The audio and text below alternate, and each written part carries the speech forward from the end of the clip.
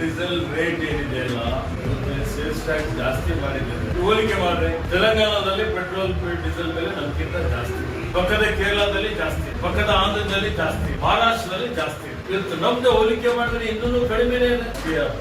BJP ಮಾಡ್ತಾ ಇದೆ. ಅವ್ರು ಹೇಳಿ ಮತ್ತೆ ಕೇಂದ್ರಕ್ಕೆ ಹೋಗಿ ಹೇಳಿ ಎಕ್ಸೈಸ್ ಡ್ಯೂಟಿ ಮೇಲೆ ಕಡಿಮೆ ಮಾಡಿ ಕೇಂದ್ರಕ್ಕೆ ದುಡ್ಡು ಹೋಗ್ತದೆ ಅಂತ ಹೇಳಿ ಬಿಜೆಪಿ ಯಾಕೆ ಹೇಳ್ತಾ ಇಲ್ಲ? ಅವರೇ ಮಾಡಿದಾರಲ್ಲ. ಅಂತಾರಾಷ್ಟ್ರೀಯ ಮಟ್ಟದಲ್ಲಿ ಕಚ್ಚಾ ತೈಲ ಬೆಲೆ ಎಷ್ಟಿದೆ, ಅದಕ್ಕೆ ಹೋಲಿಕೆ ಮಾಡಿದಾಗ ಕೇಂದ್ರದಲ್ಲಿ ಯುಕೆ ಸರ್ಕಾರದಾಗ ಎಷ್ಟಿತ್ತು ಪೆಟ್ರೋಲ್ ಡೀಸೆಲ್ ಬೆಲೆ? ಇದಕ್ಕಿಂತ ಕಡಿಮೆ ಇದ್ದಿಲ್ವಾ? ಗ್ಯಾಸ್ ಸಿಲಿಂಡರ್ ಬೆಲೆ ಅವಾಗ ಏನಿತ್ತು? 400 ರೂಪಾಯಿ ಇತ್ತು. 1100 ರೂಪಾಯಿ ಮಾಡಿದಾರಲ್ಲ. ಅವ್ರ ವಿರುದ್ಧ ಯಾಕೆ ಹೋರಾಟ ಮಾಡಲು? ಅವ್ರದೇ ಸರ್ಕಾರದ ಕೇಂದ್ರದಲ್ಲಿ ಹೋಗಿ ಗ್ಯಾಸ್ ಸಿಲಿಂಡರ್ ಬೆಲೆ ಕಡಿಮೆ ಮಾಡ್ಕೊಂಡು ಬರ್ಲಿ. ಪೆಟ್ರೋಲ್ ಡೀಸೆಲ್ ಮೇಲೆ ಇದ್ದಂತ ಏನ್ ಕೇಂದ್ರದ ಸುಂಕ ಇದೆ ಆ ಸುಂಕ ಕಡಿಮೆ ಮಾಡಲಿ. This video is sponsored by Mahalakshmi Jewelers, Manu Multi-Speciality Hospital, KVN University, Shaheen Group of Institutions, Surat Khazana, Al-Sharia Group of Institutions, Beg Neuropsychiatry Hospital, NK NEET Institute, and by Alimi Public School. ಮಾಧ್ಯಮದವರಿಗೆ ಸ್ವಾಗತವನ್ನು ಕೋರುತ್ತಾ ನಮ್ಮ ಅಖಿಲ ಭಾರತ ವಿಶ್ವವಿದ್ಯಾಲಯ ಮಹಾಸಭೆಯ ಕಲಬುರಗಿ ಘಟಕದ ಅಧ್ಯಕ್ಷರಾದಂತಹ ಮಾನ್ಯ ಶರಣ್ ಮೋದಿಯವರಿದ್ದಾರೆ. ಹೊಸ ಕಲ್ಯಾಣ ಘಟಕದ ಅಧ್ಯಕ್ಷರಾದಂತಹ ಕೃಷಿ ದುರ್ಗಿ ಅವರಿದ್ದಾರೆ. ಆದ್ಮೇಲೆ ಇವತ್ತು ಕಲಬುರಗಿಯಲ್ಲಿ ಬಹುದಿನದ ಈ ಭಾಗದ ಜನರ ಒಂದು ಬೇಡಿಕೆ ಇತ್ತು. ಲಿಂಗಾಯತ ವೀರಶೈವ ಸಮುದಾಯದ ಮಹಿಳೆಯರಿಗಾಗಿ, ಅವರ ಬಾಲಕಿಯರ ಉನ್ನತ ಶಿಕ್ಷಣಕ್ಕಾಗಿ ಒಂದು ಉಚಿತವಾದಂತ ವಸತಿ ನಿಲಯ ನಿರ್ಮಾಣ ಮಾಡಬೇಕು ಅನ್ನುವಂಥದ್ದು. ಅದು ನಮ್ಮ ತಂದೆಯವರಾದ ಪೂಜಾ ಭೀಮಣ್ಣ ಖಂಡ್ರೆ ಅವರ, ಅಧ್ಯಕ್ಷರಾದಂತಹ ಶಾಮು ಶಿವಶಂಕರಪ್ಪನವರ, ತಿಪ್ಪಣ್ಣರವರ ಎಲ್ಲ ಹಿರಿಯರ ಕನಸಾಗಿತ್ತು. ಇವತ್ತು ಅದು ನನಸಾಗಿದೆ. ಮತ್ತೆ 103 ವಿದ್ಯಾರ್ಥಿನಿಯರಿಗಾಗಿ 37 ಕೋಣೆಗಳು ನಿರ್ಮಾಣ ಆಗಿದ್ದಾವೆ.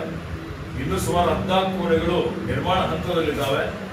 150 ವಿದ್ಯಾರ್ಥಿನಿಯರಿಗೆ ಮೆರಿಟ್ ಆಧಾರದ ಮೇಲೆ, ಯಾರು ಬಡ ವಿದ್ಯಾರ್ಥಿನಿಯರಿದ್ದಾರೆ, ಗ್ರಾಮೀಣ ಭಾಗದಲ್ಲಿದ್ದಾರೆ, ಉನ್ನತ ಶಿಕ್ಷಣ ಪಡಿಬೇಕು ಅಂತ ಹೇಳಿ ಕಲಬುರಗಿ ಕೇಂದ್ರ ಸ್ಥಾನಕ್ಕೆ ಬರ್ತಾರೆ. ಅಂತವರಿಗೆ ಇವತ್ತು ಇನ್ನೂ ಅವರ ಜ್ಞಾನ ಹೆಚ್ಚಿಗೆ ಆಗಬೇಕು ಅನ್ನೋ ದೃಷ್ಟಿಯಿಂದ ಅವರ ಸರ್ವಾಂಗೀಣ ಅಭಿವೃದ್ಧಿಗಾಗಿ ಈ ಒಂದು ನಮ್ಮ ವಸತಿ ನಿಲಯ ಇವತ್ತು ಪ್ರಾರಂಭ ಮಾಡಿದ್ದೇವೆ. ಸ್ಥಳೀಯರಾದಂಥ ಶ್ರೀ ಶರಣಬಸಪ್ಪ ದರ್ಶನಾಪುರವರ ಅಧ್ಯಕ್ಷತೆಯಲ್ಲಿ ಮಾನ್ಯ ಶರಣ್ ಕುಮಾರ್ ಮೋದಿ ಅವರು ಜಿಲ್ಲಾಡಳಿತ ಅಧ್ಯಕ್ಷರು ಮತ್ತು ಅವ್ರ ಜೊತೆಯಲ್ಲಿ ಇನ್ನೂ ಕೆಲವು ಪದಾಧಿಕಾರಿಗಳು ಬಹಳ 3 ವರ್ಷಗಳವರೆಗೆ ಸತತವಾಗಿ ಪ್ರಯತ್ನ ಮಾಡಿದ್ದಾರೆ, ಪರಿಶ್ರಮ ಮಾಡಿದ್ದಾರೆ. ಅವರಿಗೆ ಮಹಾಸಭೆ ಪರವಾಗಿ ಅಭಿನಂದನೆಗಳನ್ನು ಸಲ್ಲಿಸ್ತಾ ಇದ್ದಾರೆ. ಹಾಗೆ ಇವತ್ತೊಂದು ಸಮಿತಿಯನ್ನು ಮಾಡಿ ಬಹಳ ಉತ್ತಮ ರೀತಿಯಲ್ಲಿ ಈ ಒಂದು ಪಾರದರ್ಶಕವಾಗಿ ಈ ವಸತಿ ನಿಲಯ ಒಂದು ನಿರ್ವಹಣೆ ಮತ್ತು ಇದರ ಮುಂದೆ ಇನ್ನು ಇದನ್ನು ಹೆಚ್ಚಿನ ಒಂದು ರೀತಿಯಲ್ಲಿ ಪೆಟ್ರೋಲ್ ಡೀಸೆಲ್ ರೇಟ್ ಏನಿದೆ ಅಲ್ಲ ಸೇಲ್ಸ್ ಟ್ಯಾಕ್ಸ್ ಜಾಸ್ತಿ ಮಾಡಿದ್ದಾರೆ.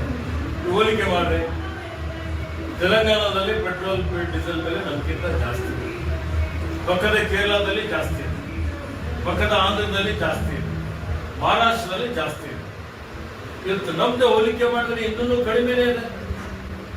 ಇವತ್ತು ಆ ರೀತಿಯಲ್ಲಿ ನೋಡಿ ಕೇಂದ್ರದ ತಾರತಮ್ಯ, ಲಕ್ಷಾಂತರ ಕೋಟಿ ತೆರಿಗೆ ಅವರು ತಗೊಳ್ತಾ ಇದ್ದಾರೆ ಕೇಂದ್ರದವರು, ಕರ್ನಾಟಕ ರಾಜ್ಯದಿಂದ ನಮಗೆ ಸಮರ್ಪಕವಾಗಿ ಹಣ ಕೊಡ್ತಾ ಇಲ್ಲ. ಬರ ಬಂದ್ರು ಹಣ ಕೊಟ್ಟಿಲ್ಲ. ಕೊಟ್ರ ಸರ್ವೋಚ್ಚ ನ್ಯಾಯಾಲಯಕ್ಕೆ ಹೋಗ್ಬೇಕಾಗಿ ಬಂತು.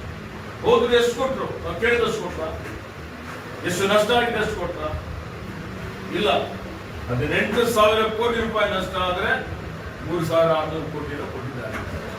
ಸೊ ಈ ರೀತಿಯಲ್ಲಿ GSTಯಲ್ಲಿ 15ನೇ ಹಣಕಾಸು ಯೋಜನೆಯ ಒಂದು ಅನುದಾನದಲ್ಲಿ ಎಲ್ಲಾ ಅನುದಾನಗಳಲ್ಲಿ ಕೇಂದ್ರದಿಂದ ತಾರತಮ್ಯ ನಡೀತಾ ಇದೆ. ಕರ್ನಾಟಕಕ್ಕೆ ಅನ್ಯಾಯ ಆಗ್ತಾ ಇದೆ. ಕರ್ನಾಟಕದ ಮೇಲೆ ಪ್ರಹಾರ ಬೀಳ್ತಾ ಇದೆ. ಹೀಗಾಗಿ ಇವತ್ತು ಅನಿವಾರ್ಯ ಪರಿಸ್ಥಿತಿಯಲ್ಲಿ ಪೆಟ್ರೋಲ್ ಡೀಸೆಲ್ ಬೆಲೆ ಏರಿಕೆ ಆಗಿದೆ. ಪಡಿತರ ಚೀಟಿಗಳು ಕೂಡ ವಿತರಣೆ ಆಗ್ತಾ ಇಲ್ಲ ಸರ್, ಬೇರೆ ಬೇರೆ ಕಾರಣಗಳಿಂದ. ಆರೋಗ್ಯ ಸ್ಕೀಮ್ಸ್ ಮಾನದಂಡ ಏನಿದೆ ಆ ಮಾನದಂಡದಕ್ಕಿಂತಲೂ ಹೆಚ್ಚಿನ ಒಂದು ಪಡಿತರ ಚೀಟಿಗಳು ವಿತರಣೆ ಆಗಿದ್ದಾರೆ. ಯಾವುದು ಕಡಿಮೆ ಆಗಿಲ್ಲ. ಪ್ರೊಸೆಸ್ ಆಗ್ತಾ ಇದೆ. ಇವತ್ತು ಪ್ರೊಸೆಸ್ ಆಗಿ ಆ ನರರಿದ್ದಾರೆ, ಬಡತನಕ್ಕಿಂತ ಕೆಳಗಡೆ ಇದ್ದಂಥವರಿಗೆ ಪಡಿತರ ಚೀಟಿ ಕೊಡುವಂತ ಕೆಲಸ ಇವತ್ತು ನಮ್ಮ ಸರ್ಕಾರ ಮಾಡ್ತಾರೆ. ಬಿಜೆಪಿ ಅಲ್ಲ ಸರ್, ಜನಸಾಮಾನ್ಯರು ಆಗ್ತಾ ಇದ್ದಾರೆ. ಇವರು ನೋಡಿ ಜನಸಾಮಾನ್ಯರ ಪರ ಆಡಳಿತ ಕೊಡ್ತಾ ಇದೆ. 52,000 ಕೋಟಿ ರೂಪಾಯಿ ಗ್ಯಾರಂಟಿಗಾಗಿ ಮೀಸಲಿಟ್ಟಿದ್ರಲ್ಲ, ಅರ್ಥ ಆಯ್ತಾ? ಇವತ್ತು ಬಡವರಿಗಾಗಿ ಇನ್ನು ಹೆಚ್ಚಿನ ರೀತಿಯಲ್ಲಿ ಅಭಿವೃದ್ಧಿ ಮಾಡಲಿಕ್ಕೆ ತೆರಿಗೆ ಉಪಯೋಗ ಆಗ್ತದೆ. ಅದಕ್ಕೆ ಅನ್ಯ ರಾಜ್ಯಕ್ಕೆ ಹೋಲಿಕೆ ಮಾಡಿದರೆ ನಮ್ಮ ಪೆಟ್ರೋಲ್ ಮತ್ತು ಡೀಸೆಲ್ ಬೆಲೆ ಇನ್ನೂ ಕಡಿಮೆನೇ ಇದೆ. ಗೋವಾ ಜಾರ್ಖಂಡ್ ಹೋಲಿಕೆ ಮಾಡಿ ನೀವು. ಜಾರ್ಖಂಡ್ ಗೋವಾ ಕೂಡ ಕಡಿಮೆ ಇದೆ ಸರ್ ಅಲ್ಲಿಗಿಂತ. ನೋಡಿ, ಈಗ ನಮ್ಮ ಪಕ್ಕದ ರಾಜ್ಯ ಯಾವ್ದಲ್ಲ ಹೇಳಿ? ಅಲ್ಲ, ಈಗಿಂದ ಇದೆ ಸರ್. 50 ವರ್ಷದಿಂದ ಅಲ್ಲಲ್ಲ, 50 ವರ್ಷದಿಂದ ಬಂದಿಲ್ಲ. ಸೇಮ್ ಇದೆ.